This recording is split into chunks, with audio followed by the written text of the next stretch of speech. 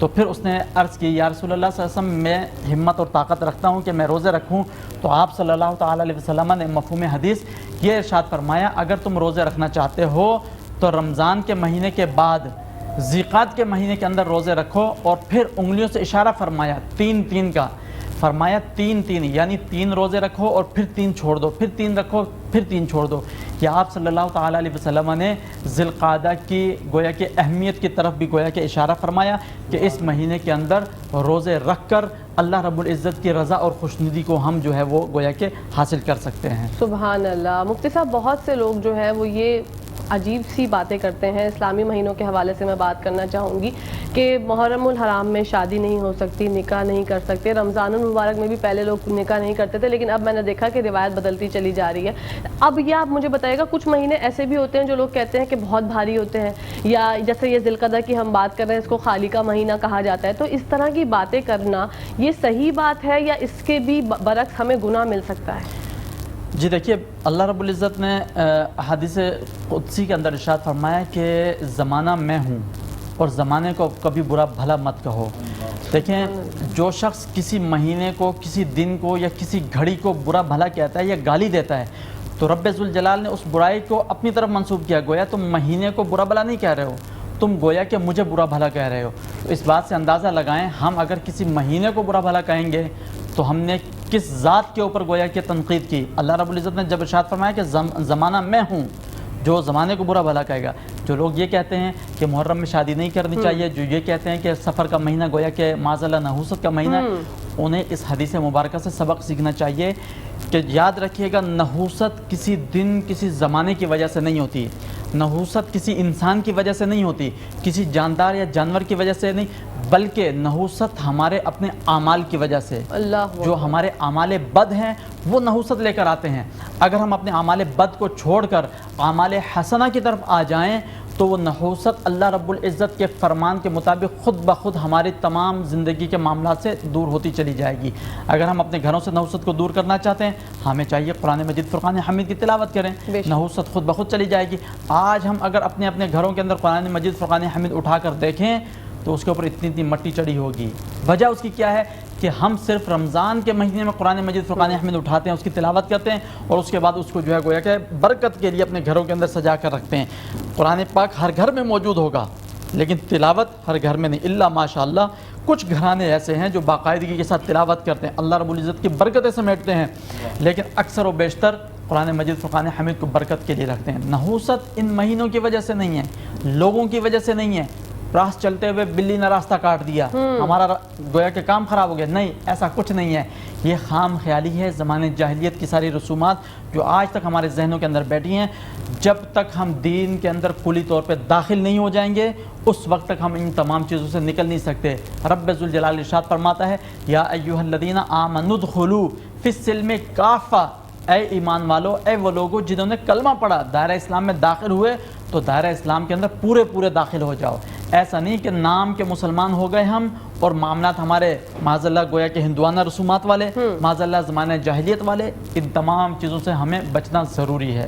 بالکل. مفتی صاحب آپ یہ کہنا چاہ رہے ہیں کہ جو کچھ بھی ہمارے ساتھ ہو رہا ہے یہ ہمارے اعمال کا نتیجہ ہے؟ بالکل ایگزیکٹلی ایسا ہی ہے. اللہ رب العزت ہمیں ہمارے اعمال کے ہی بدلے سب کچھ عطا فرماتا ہے. اگر ہم چاہیں کہ ہمارے ساتھ اچھا ہو، ہمارے سارے معاملات سدھرتے چلے جائیں تو ہمیں اپنے اعمال کو اچھا اور درست کرنا پڑے گا. ہمیں اپنا ظاہر اور باطن ایک کرنا پڑے گا. ہم بظاہر تو بہت اچھے بن کے دکھاتے ہیں لیکن باطن ہمارا بالکل اس کے برعکس ہوتا ہے. ہم لوگوں کے سامنے کہ لوگ ہمیں دیکھ کر اچھا کہیں، واہ واہ کریں ہماری، تو یہ اللہ رب العزت کو پسند نہیں ہے. اللہ رب العزت ارشاد فرماتا ہے ظاہر اور باطن کو ایک کرو. ایک کا مطلب یہ نہیں ہے کہ اگر ہمارا باطن بد ہے تو اپنے ظاہر کو بھی بد اور برا کر لیں، نہیں. ظاہر اگر اچھا ہے، باطن برا ہے ہمارا، تو ہمیں چاہیے کہ ہم ظاہر کو اچھا برقرار رکھتے ہوئے باطن کو بھی اچھا کریں. اور اسی طرح ایک چیز اور اضافہ کروں گا، کچھ لوگ ایسے ہیں جو باہر نکل کر باہر دوستوں میں، رشتہ داروں میں بڑے اچھے بنتے ہیں لیکن گھر میں جا کے ان کا رویہ ایک دم چینج ہو جاتا ہے. بہت چینج ہوتا ہے. ماں باپ کے ساتھ، بیوی بچوں کے ساتھ تو باہر لوگ بڑی تعریفیں کرتے ہیں لیکن گھر والے لوگ کہتے ہیں یہ کیا ہے، باہر کچھ تو اندر کچھ.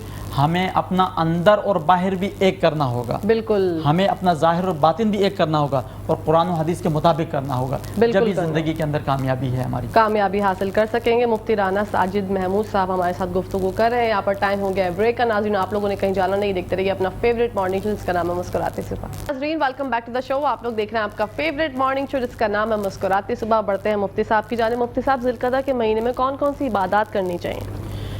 ذی القعدہ کے مہینے میں حدیث مبارکہ کی روشنی میں اگر دیکھا جائے تو اس میں روزے رکھے جا سکتے ہیں, اور روزوں کے علاوہ نفلی عبادات, فرض عبادات تو وہ تو ہر مہینے میں ہم نے کرنی ہے, لیکن اس کے علاوہ نفلی عبادات کے اندر بھی اضافہ کیا جا سکتا ہے.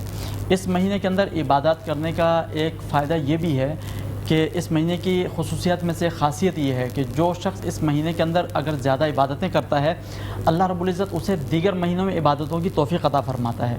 اور جو شخص اس مہینے کے اندر گناہوں میں مبتلا رہتا ہے اور گناہوں کو نہیں چھوڑتا, تو خدشہ ہے, اندیشہ ہے کہ وہ دیگر مہینوں کے اندر بھی گناہوں کے اندر جو ہے گویا کہ وہ مبتلا رہے گا.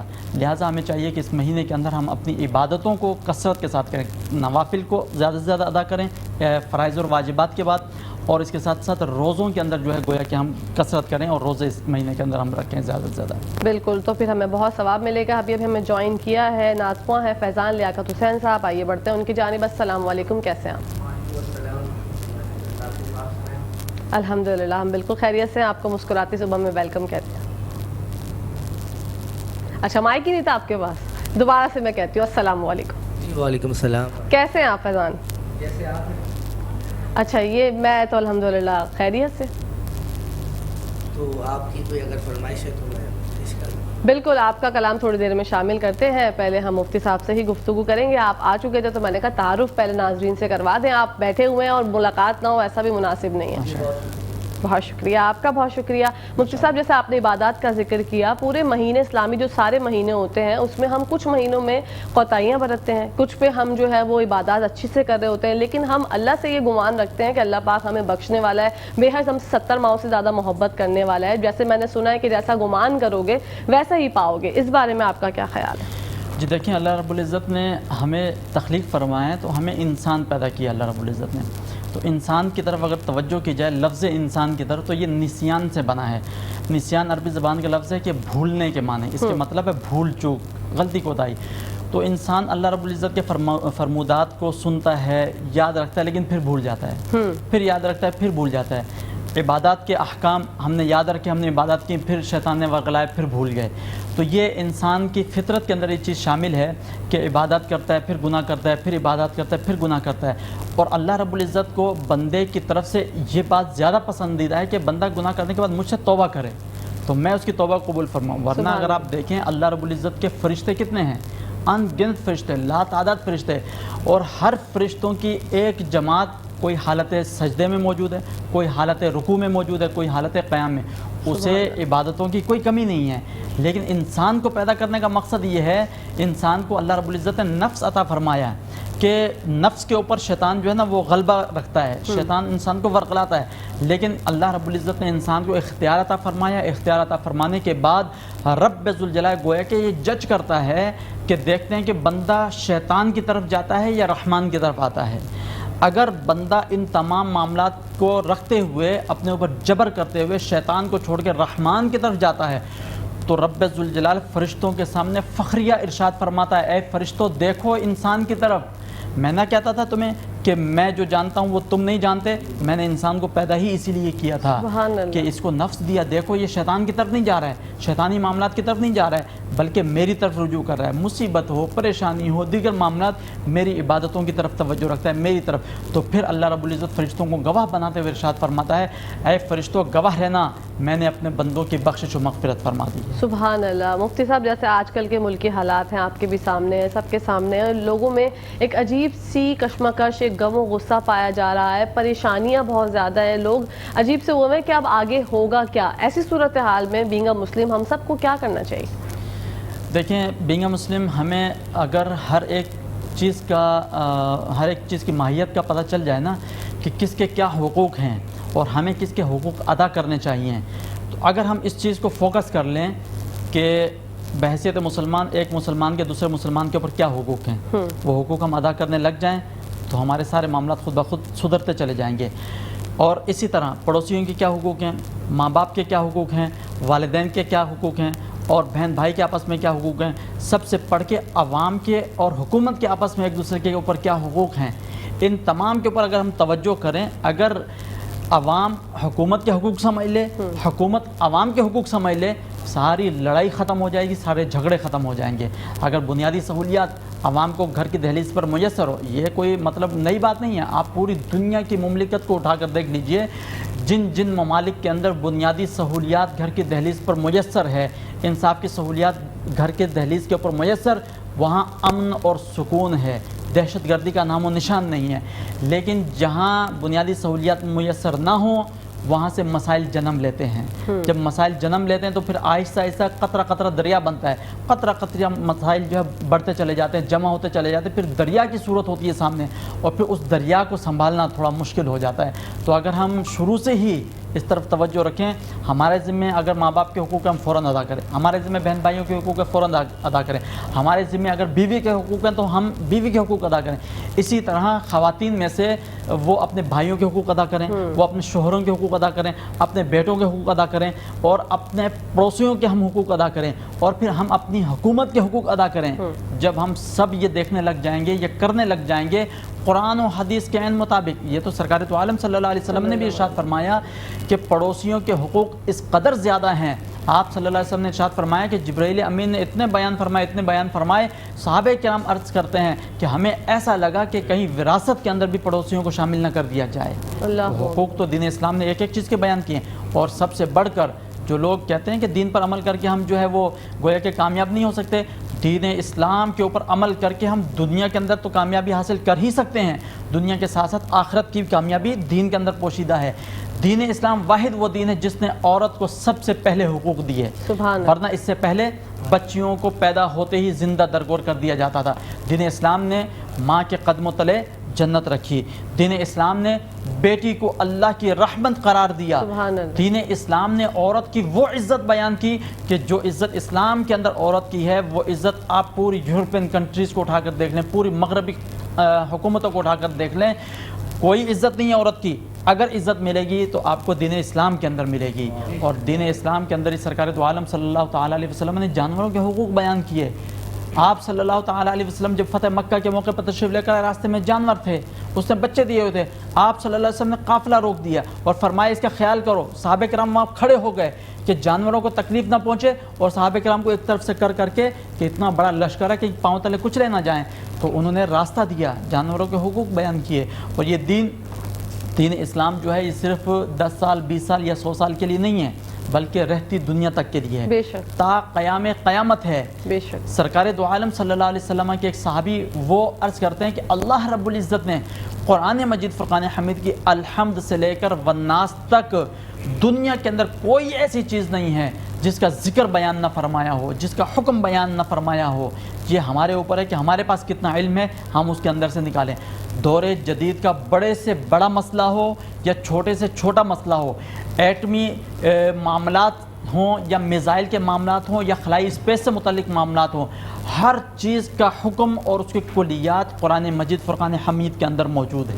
سبحان اللہ سبحان اللہ۔ مفتی صاحب کیا کہنے ہیں، اب شامل کرتے ہیں فیضان لیاقت حسین کی آواز میں ایک کلام۔ جی مفتی صاحب ہمیں بتائیے گا، آپ نے حقوق حقوق کی بات کی، میں جاننا چاہتی ہوں اور میرے بہت سے ناظرین بھی جاننا چاہتے ہوں کہ حقوق العباد سے مراد کیا ہے؟ دیکھیں، حقوق العباد اور حقوق اللہ دو الگ الگ چیزیں ہیں۔ حقوق اللہ سے مراد اللہ رب العزت کے جو حقوق ہیں، اللہ رب العزت نے بندے کے اوپر جو چیزیں لازم قرار دی ہیں، جن میں نماز، روزہ، حج، زکوٰۃ، جو 5 اللہ رب العزت نے دین کی بنیادیں بیان فرمائی، ان کو بجا لانا۔ اس کے ساتھ ساتھ اللہ رب العزت کے ہر حکم پر عمل کرنا، یہ حقوق اللہ ہے۔ اللہ رب العزت کے احکامات میں سے ہی ایک حکم یہ کہ بندوں کے حقوق ادا کرو۔ تو گویا حقوق اللہ جو شخص ادا کرتا ہے وہ تو حقوق اللہ سے بری ذمہ ہو گیا، لیکن حقوق العباد اس میں ہمیں بندے کے حقوق کا جائزہ لینا ہے۔ مثال کے طور پہ میرے اوپر کسی دوسرے بندے کی کیا حقوق ہیں وہ مجھے دیکھنے ہوں گے۔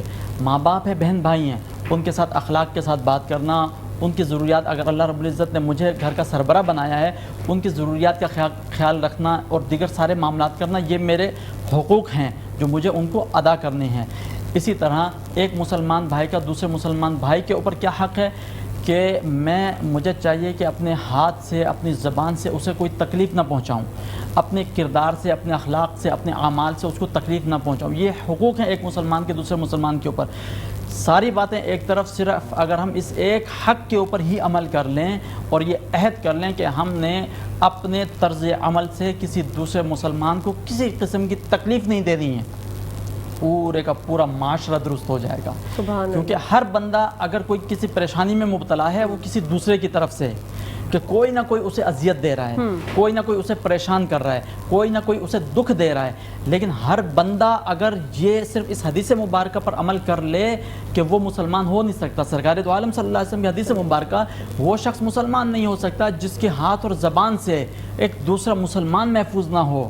اور جو شخص اپنے آپ کو یہ سمجھ کر کہ بھئی ہم تو حق بات بیان کرتے ہیں اور اس بات میں اتنا جری ہو جائے کہ اگلے بندے کو جناب والا صبح و شام جو ہے جو منہ میں آئے وہ بولتا چلا جائے، اور اپنے آپ کو تسلی اس بات پہ دے رہا ہو کہ بھئی ہم تو حق بیان کرتے ہیں، ہم تو منہ پہ جو ہے وہ ہر بات کہہ دیتے ہیں۔ تو یہ وہ چیزیں ہیں، ٹھیک ہے آپ منہ پر کہہ رہے ہیں لیکن آپ ایک اگلے بندے کو جو ہے اذیت دے رہے ہیں، اگلے بندے کو تکلیف دے رہے ہیں۔ ہر کام کرنے کا ایک طریقہ ہوتا ہے۔ اگر آپ کسی کو سمجھا رہے ہیں نا، کسی کو کچھ سمجھانا چاہتے ہیں، کوئی غلط کام کر رہا ہے، اس کا بھی ایک طریقہ سرکار دو عالم صلی اللہ علیہ وسلم نے بیان فرمایا۔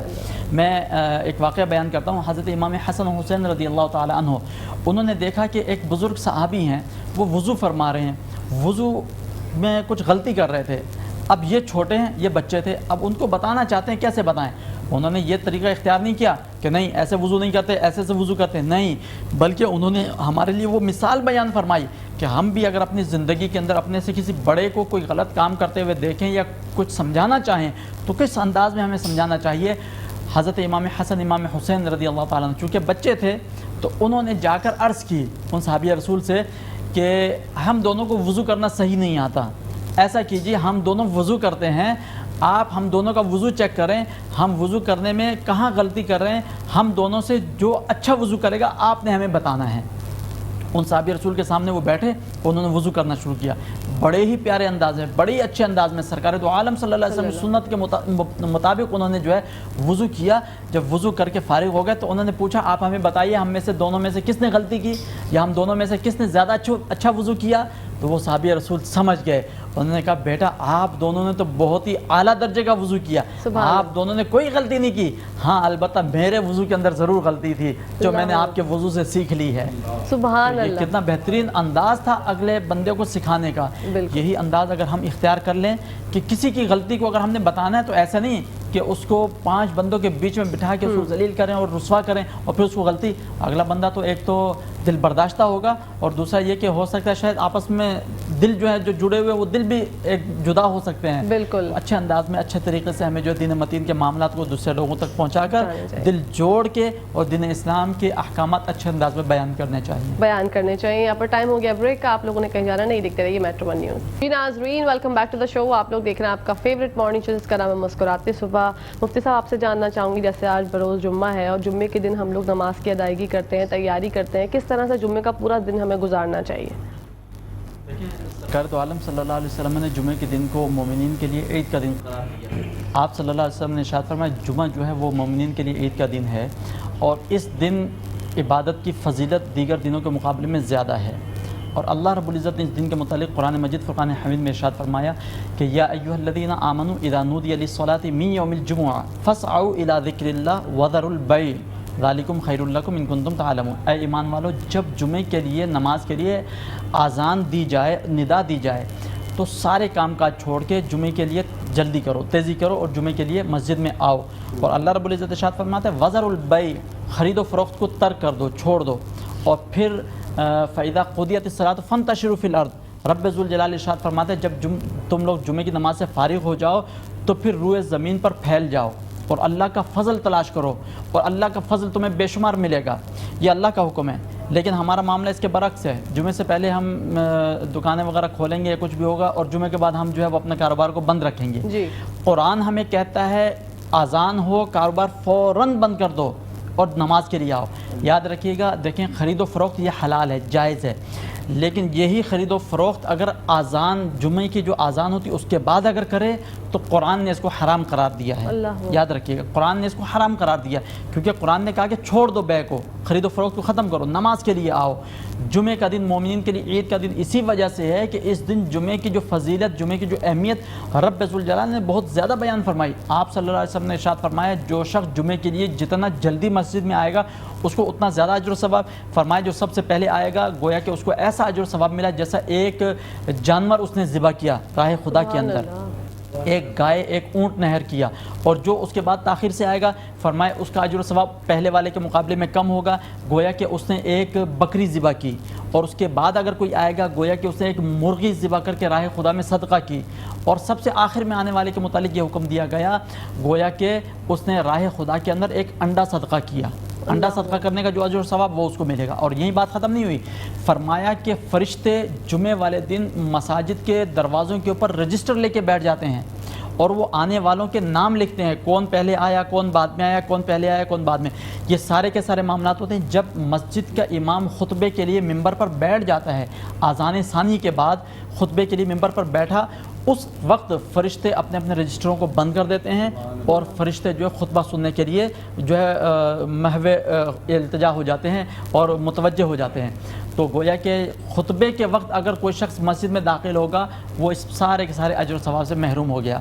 ایک چیز یہ، حضرت عبداللہ ابن سلام رضی اللہ تعالیٰ عنہ جو پہلے یہودیوں کے ایک بہت بڑے عالم ہوا کرتے تھے لیکن بعد میں کلمہ طیبہ پڑھ کر دائرہ اسلام میں داخل ہو گئے، تو سرکار دو عالم صلی اللہ علیہ وسلم نے جب یہ ارشاد فرمایا تھا کہ جمعے کے دن ایک ایسی گھڑی ہوتی ہے، ایک ایسا وقت ہوتا ہے، ایک ایسی ساعت ہوتی ہے کہ اس وقت میں بندہ جو دعا اپنے رب سے مانگتا ہے اللہ رب العزت اس کی دعا کو قبول فرماتا ہے۔ سبحان اللہ۔ حضرت عبداللہ ابن سلام رضی اللہ تعالی عنہ وہ فرماتے ہیں میں سوچتا رہا کہ وہ کون سی گھڑی ہے، تمام احادیث مبارکہ کو میں نے سامنے رکھا، پچھلی توریت کو میں نے پڑھا اور دیگر معاملات، تو وہ فرماتے ہیں میں اس نتیجے پر پہنچا کہ جمعے کے دن جمعے کی نماز کے عین اس وقت جس وقت ممبر کے اوپر امام بیٹھا ہو اور یہ جو یعنی اذان ثانی سے لے کر سلام پھیرنے تک کا جو معاملہ ہے، فرمایا یہ وہ وقت ہے جو قبولیت کا وقت ہوتا ہے۔ ہمیں چاہیے کہ ان اوقات کے اندر ہم اپنے رب سے دعا کریں اور جو ہماری خواہشات ہیں، جو ہماری نیک تمنائیں ہیں وہ اپنے رب سے مانگیں اور اللہ رب العزت ہمیں عطا فرمائے۔ ہماری مائیں بہنیں جو گھروں کے اندر موجود ہوتی ہیں، جو عبادتیں کرتی ہیں، ان کو بھی چاہیے کہ وہ اپنے اپنے گھروں کے اندر بیٹھ کے اس ساعت کے اندر اللہ رب العزت کے حضور دعائیں کریں تاکہ اس قبولیت کی گھڑی کو وہ بھی پا سکیں اور وہ بھی اپنی دعاؤں کو قبول کروا سکیں۔ آمین ثم آمین۔ بہت خوبصورت مفتی صاحب پڑھتے ہیں، ریحان کی آواز میں کلام شامل کرتے ہیں۔ ناظرین welcome back to the show, آپ لوگ دیکھ رہے ہیں آپ کا فیوریٹ مارننگ شو جس کا نام ہے مسکراتے صبح۔ مفتی صاحب کی جانب بڑھتے ہیں۔ مفتی صاحب جیسے میں نمازوں کا ذکر کر رہی تھی تو عورتوں کی جمعے کی نماز اور مردوں کی جمعے کی نماز میں کیا ڈفرینس ہے؟ سب سے پہلا ڈفرینس تو ان دونوں کی نمازوں میں یہ ہے کہ عورتوں کے اوپر جمعے کی نماز فرض نہیں ہے اور مردوں کے اوپر فرض ہے۔ تو جمعے کی نماز کے اندر چونکہ 2 فرض پڑھے جاتے ہیں، 4 سنت 2 فرض پھر 4 سنت پھر 2 سنت پھر 2 نفل۔ عورتوں کے اوپر چونکہ جمعے کی فرض نہیں ہے تو وہ ظہر کی نماز ادا کریں گی، تو ظہر کی نماز جس طرح 12 رکعت ادا کی جاتی ہیں اسی طریقے سے وہ 12 رکعت نماز ادا اور کریں گی۔ نیت میں جمعے کا ذکر کرنا ہے یا صرف ظہر؟ عورتوں کے لیے ضروری نہیں، مردوں کے لیے ضروری ہے۔ ٹھیک ہے۔ اور جو کچھ مرد حضرات ایسا کرتے ہیں کہ جمعے کے صرف فرائض جو فرض ہوتے ہیں، جو دو نماز جمعہ کے فرض ہوتے ہیں وہ ادا کرتے ہیں، پھر باقی نماز کے صرف فرض پڑھ لیتے ہیں، باقی نماز نہیں یہ مناسب نہیں ہے۔ دیکھیں سنت مؤکدہ، سنت غیر مؤکدہ اور نفل اور فرض یہ وہ نمازیں ہیں، ہر ایک کا ایک الگ مقام ہے۔ فرض جو ہے ہر صورت ادا کرنے اور سنت مؤکدہ ہے، فرض کے بعد سنت مؤکدہ۔ سنت مؤکدہ جو ہے وہ واجب کے قائم مقام ہے، یعنی سنت مؤکدہ ادا کرنا بھی واجب ہے، ضروری ہے۔ فرض آپ نے ادا کر لی تو سنت مؤکدہ بھی ضروری ادا کرنی۔ اس کے بعد بات آتی ہے سنت غیر مؤکدہ اور نوافل کی۔ سنت غیر مؤکدہ اور نوافل یہ تقریباً برابر ہیں۔ اس کا یہ کہ اگر ادا کر لیں گے تو ثواب ہوگا، ادا نہیں کریں گے تو گناہ نہیں ہوگا۔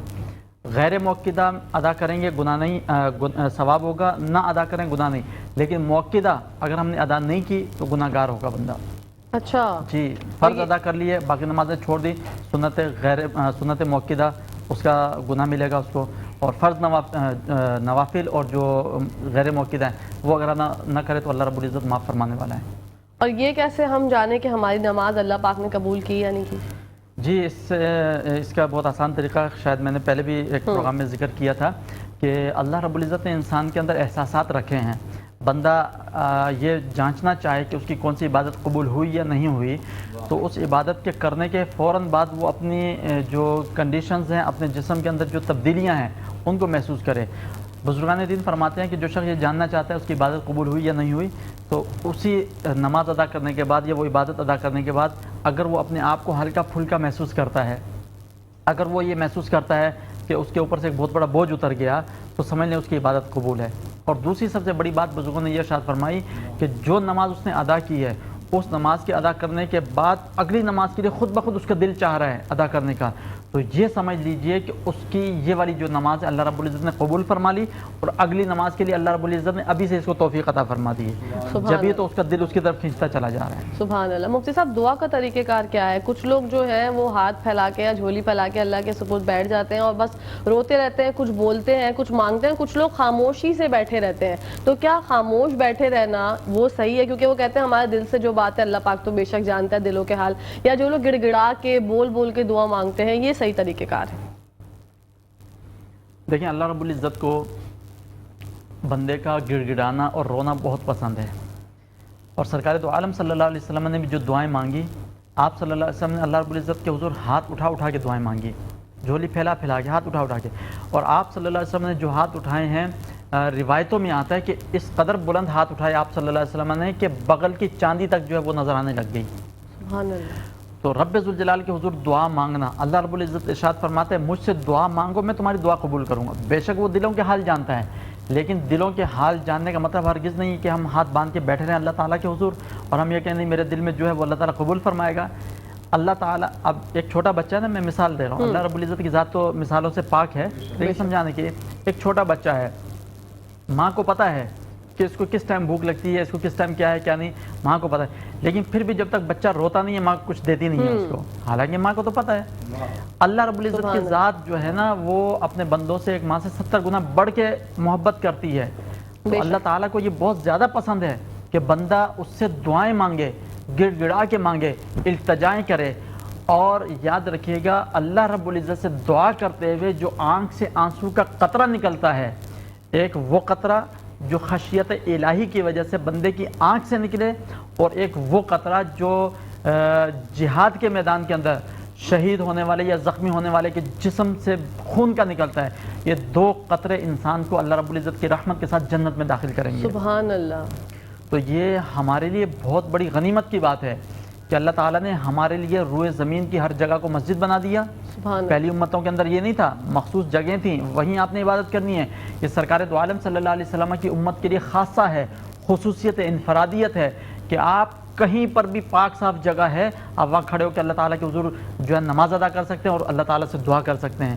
اور دعا صبح و شام کریں، اللہ رب العزت کی رحمت فوراً متوجہ ہوتی ہے، فوراً متوجہ، اس قدر تیزی کے ساتھ متوجہ ہوتی ہے. اور فرشتوں کے سامنے پھر رب فخریہ انداز میں ارشاد فرماتا ہے، اے فرشتوں دیکھو میرا بندہ مجھ سے توبہ کر رہا ہے، میرا بندہ مجھ سے مانگ رہا ہے. اور اللہ کی رحمت کی تو کیا کہنے، اللہ رب العزت کی رحمت تو شب قدر کے موقع پہ جیسا کہ بیان کیا، خود رب ذوالجلال آسمان دنیا پر اپنی رحمت کا نزول فرما کر بار بار یہ اعلان فرماتا ہے کوئی مجھ سے کچھ مانگنے والا سبحان اللہ کہ میں اس کو عطا کروں، ہے کوئی مجھ سے بخشش مانگنے والا کہ میں اس کو بخش دوں، ہے کوئی ایسا جو مجھ سے رزق مانگے میں اس کو رزق دوں. بھلا ایسا کوئی بادشاہ آپ نے دیکھا ہے کہ وہ بندے کو خود جھنجھوڑ کے کہے کہ بھائی مجھ سے مانگو میں تمہیں دوں؟ یہاں تو دنیا داری کا یہ نظام ہے، ہم بادشاہوں کے پیچھے، حکمرانوں کے پیچھے گھومتے ہیں، ہمیں کچھ دے دو، ہمیں کچھ دے دو. اور وہ رب ذوالجلال کی ذات جو سب کو عطا فرمانے والی ہے، سب کو رزق دینے والی ذات ہے، وہ ذات یہ فرماتی ہے کہ مجھ سے مانگو میں تمہیں دوں گا. اچھا، بہت سارے لوگ جو ہیں اس بات پر ایک دم مایوسی کا شکار ہو جاتے ہیں. ایک دو مرتبہ دعا مانگی انہوں نے، دعا قبول نہیں ہوئی، بالکل، تو وہ کہتے ہیں کہ بس کیا رکھا ہے دعاؤں میں، دعائیں بھی قبول نہیں ہوتی ہماری تو یہ بھی نہیں ہوتا. یاد رکھیے گا سرکار دو عالم صلی اللہ علیہ وسلم نے ارشاد فرمایا کل بروز قیامت جب حساب کتاب ہو رہا ہوگا اور لوگوں کے نامہ اعمال میں غیب سے ایسے اجر و ثواب داخل کیے جا رہے ہوں گے کہ وہ حیران و پریشان ہوں گے. وہ پوچھیں گے فرشتوں سے یہ اجر و ثواب کس چیز کے ہیں؟ تو فرشتے عرض کریں گے، ارشاد فرمائیں گے یہ جو دنیا کے اندر ان لوگوں نے دعائیں مانگی تھیں وہ دعائیں ان کی قبول نہیں ہوئی تھیں، اس کا اجر و ثواب اللہ تعالیٰ نے ان کے نامہ اعمال کے اندر داخل کیا ہے. اس وقت بندہ یہ التجا کرے گا، اے کاش دنیا کے اندر رہتے ہوئے میری کھال کو کینچی سے کاٹا جاتا اور میں اس پر صبر کرتا، اللہ رب العزت کے حضور دعا کرتا اور میری دعا قبول نہ ہوتی اور آج کے دن مجھے اس کا اجر و ثواب ملتا، یعنی اس وقت یہ التجا کرے گا کاش دنیا کے اندر میری کوئی دعا قبول ہی نہ ہوئی ہوتی۔ سبحان اللہ۔ تو دعائیں مانگنا بے انتہا ضروری ہے، دنیا کے لیے بھی آخرت کے لیے بھی۔ ضروری نہیں ہے کہ ہمیں کسی چیز کی حاجت نہیں ہم دعائیں نہ مانگیں، ہمیں ہر وقت دعائیں مانگتے رہنا بے چاہیے، شک۔ اور اللہ تعالیٰ کو یہ دعائیں مانگنا بہت پسند ہے۔ بے شک۔ اور پھر حدیث مبارکہ میں بھی یہ بیان فرمایا گیا ہے دعا جو ہے یہ عبادت کا مغز ہے۔ سبحان دعا اللہ۔ جس طرح ہم بادام چھیلیں، چھلکے کھا لیں اور بادام کو چھوڑ دیں گری کو، مغز تو ہم نے چھوڑ دیا، چھلکے ہم حاصل کر رہے ہیں، حالانکہ اصل چیز تو مغز ہے۔ تو دعا عبادتوں کا مغز ہے۔ ہم اکثر مساجد کے اندر بھی یہ دیکھا گیا ہے لوگ نماز پڑھ کے دعا سے پہلے ہی جو ہے وہ پیچھے سے پیچھے نکلنے کی کوشش کرتے ہیں۔ ان کو بھی چاہیے کہ دعا کے اندر لازمی شریک ہوا کریں اور دعا اللہ رب العزت کے حضور عاجزی اور انکساری کے ساتھ مانگا کریں۔ بے شک۔ عبادتیں جو ہے نا وہ معلق رہتی ہیں، جب بندہ دعا مانگتا ہے اللہ تعالیٰ سے تو وہ دعا عبادتوں کو اللہ رب العزت کے حضور لے جا کر شرف قبولیت کے مقام تک پہنچاتی ہے۔ سبحان اللہ، سبحان اللہ۔ مفتی صاحب بہت خوبصورت آپ شامل کرتے ہیں، ماشاءاللہ بہت خوبصورت فیضان۔ بڑھتے ہیں مفتی صاحب کی جانب۔ مفتی صاحب جیسے آپ نے جمعے کا روز بتایا اس طرح سے عبادت کرنی چاہیے، اور جو ہمارے پورا ہفتہ ہوتا ہے، پورے ہفتے کے جو دن ہوتے ہیں اس میں ہم لوگ کہیں نہ کہیں کوئی نہ کوئی کوتاہی برتتے ہیں، جھوٹ بہت بولتے ہیں، دل آزاری بہت کرتے ہیں۔ بینگ اے مسلم ہم لوگوں کو اس چیز کی اہمیت کا اندازہ نہیں ہے کہ کسی کی دل آزاری کرنا، جھوٹ بولنا کتنا بڑا گناہ ہے، اور ایک جھوٹ کو چھپانے کے لیے ایک جھوٹ بولتے ہوئے ہم یہ نہیں سوچتے کہ ہمیں 100 جھوٹ بولنے پڑیں گے، اور ایک سچ کی جو ویلیو ہے نا اور سچ کی جو اہمیت ہے دین اسلام میں، اس کی کیا خوبصورتی ہے۔ جی بسم اللہ الرحمن الرحیم۔ اللہ رب العزت نے مسلمانوں کی ٹریننگ کے لیے ایک مہینہ رکھا ہے، وہ رمضان المبارک کا مہینہ ہے۔ بے شک۔ اب دیکھیے رمضان المبارک کے مہینے میں شیطان قید ہو جاتا ہے، انسان ہوتا ہے اور اس کا نفس ہوتا ہے، اور یہ بات ہم نے نوٹ کی اور عوام بھی نوٹ کرتی ہے کہ رمضان کے مہینے میں لوگوں کا ذہن برائی کی طرف بہت کم جاتا ہے، اور پورا دن روزے سے ہوتے ہیں، ہر نماز کو اس کے وقت پر بھی ادا کر رہے ہوتے ہیں، اور دیگر معاملات سے بھی بچنے کی کوشش کرتے ہیں، جھوٹ چوری غیبت ان تمام چیزوں سے بھی، وہ چونکہ پورا ٹریننگ کا مہینہ ہے۔ اب اس مہینے کے گزرتے جیسے ہم شوال کے مہینے میں آ گئے تو ہماری رمضان سے پہلے والی روٹین آہستہ آہستہ کر کے ہم اس میں دھنستے چلے جاتے ہیں، وہی پرانے معاملات، جھوٹ بولنا، غیبت کرنا، چغلیاں کرنا کہ بھائی رمضان کا مہینہ تو نہیں ہے نا۔ بھائی رمضان کا مہینہ نہیں ہے اس کا مطلب ہرگز یہ نہیں ہے کہ ہم آزاد ہو گئے، ہم آزاد نہیں ہوئے، شیطان آزاد ہوئے نا، تو ہم اپنے آپ کو آزاد سمجھتے ہیں، اب جو مرضی ہم کریں، چاہے جھوٹ بولیں، چاہے کسی کا حق مارے، کچھ بھی کریں، رمضان کے مہینے کو ہم نے سوچ لیا کہ اس میں ہم نے عبادتیں کرنی ہیں، اس میں اپنے گناہوں کو بخشوانا ہے۔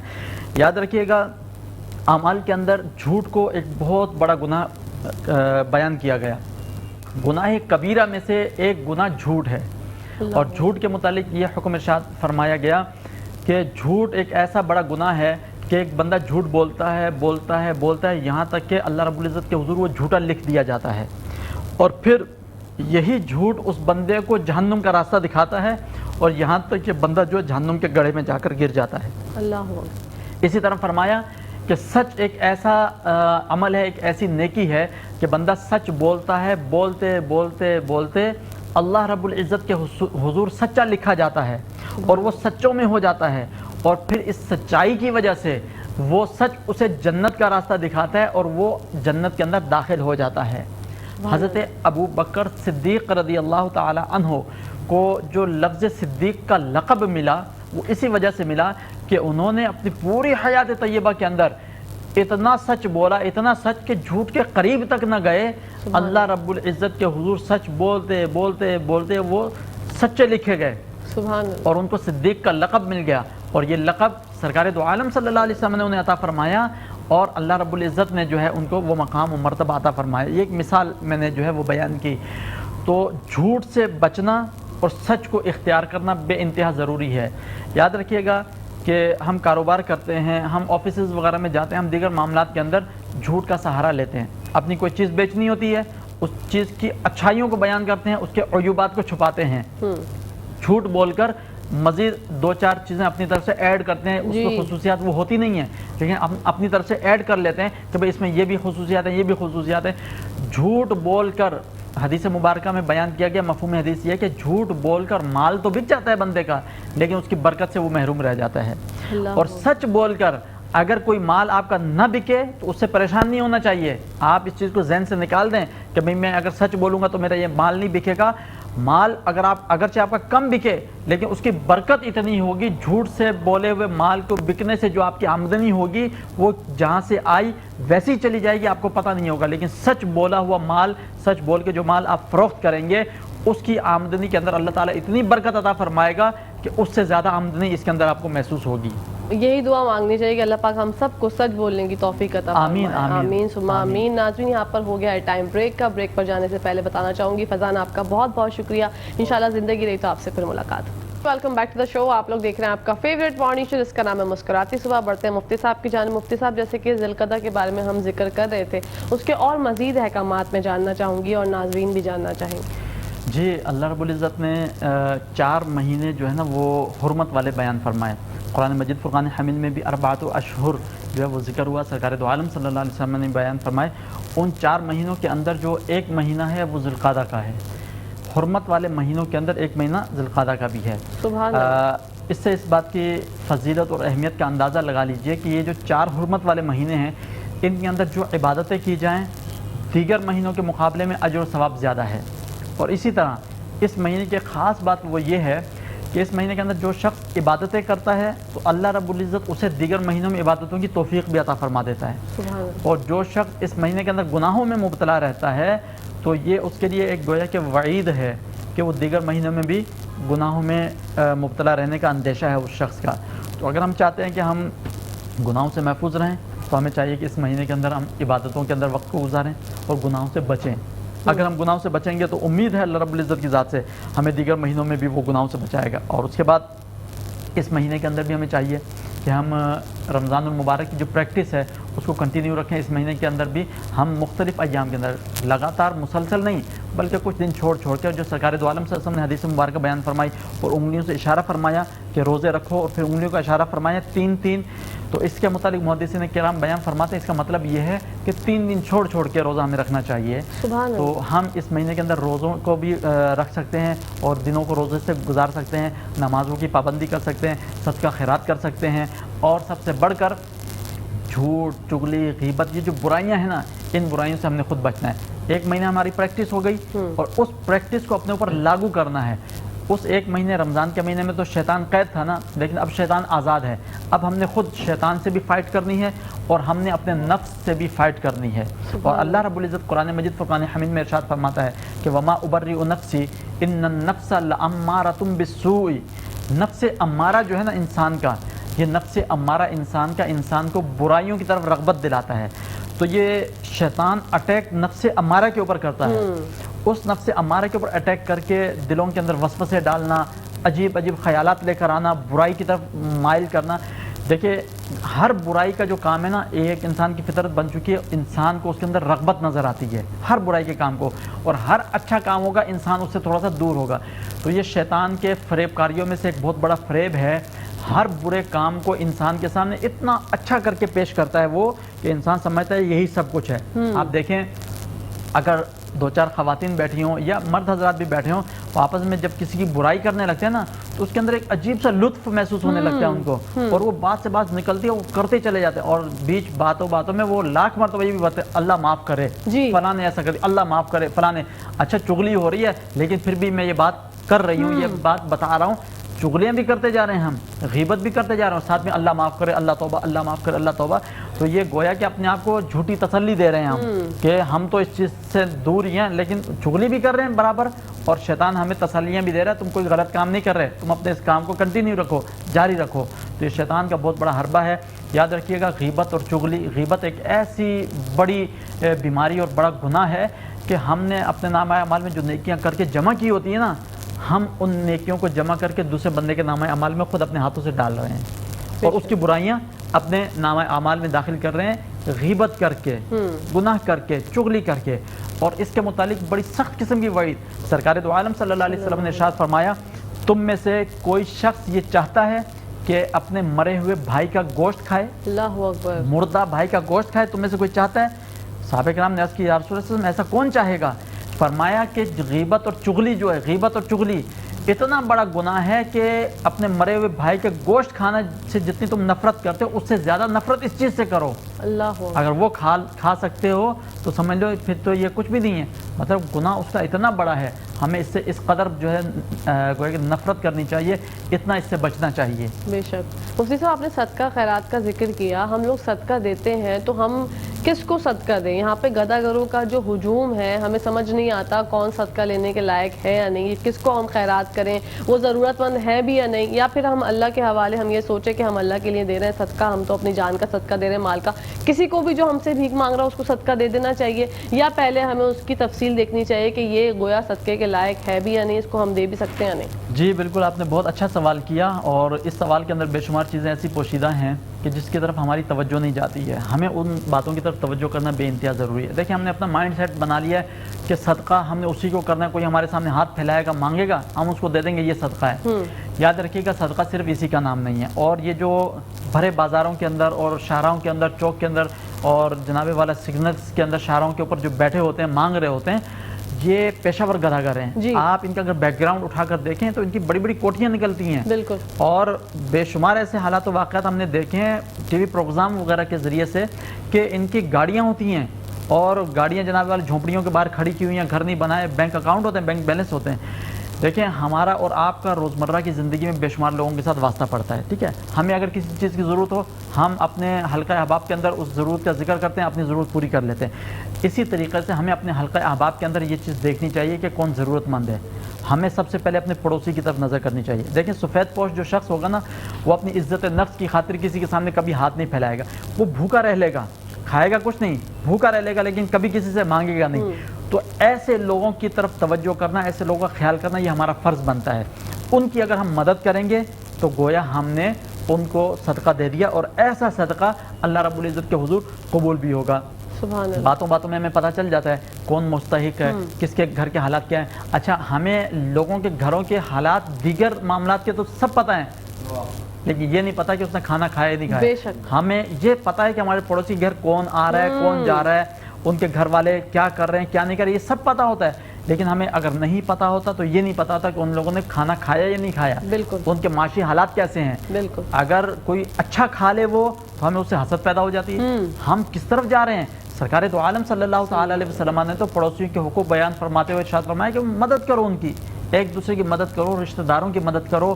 جان پہچان میں اگر کسی کے متعلق ہمیں پتہ چل جائے کہ فلاں شخص فلاں معاملے کے اندر بہت سخت پریشان ہے اور اس کو مدد کی حاجت ہے, لیکن وہ مدد مانگ نہیں رہا شرم کی وجہ سے, تو ہمیں چاہیے ہم خود آگے بڑھ کے اس کی مدد کریں. تو ہمارا یہ جو مدد کرنا ہے نا, یہ صدقہ کہلائے گا.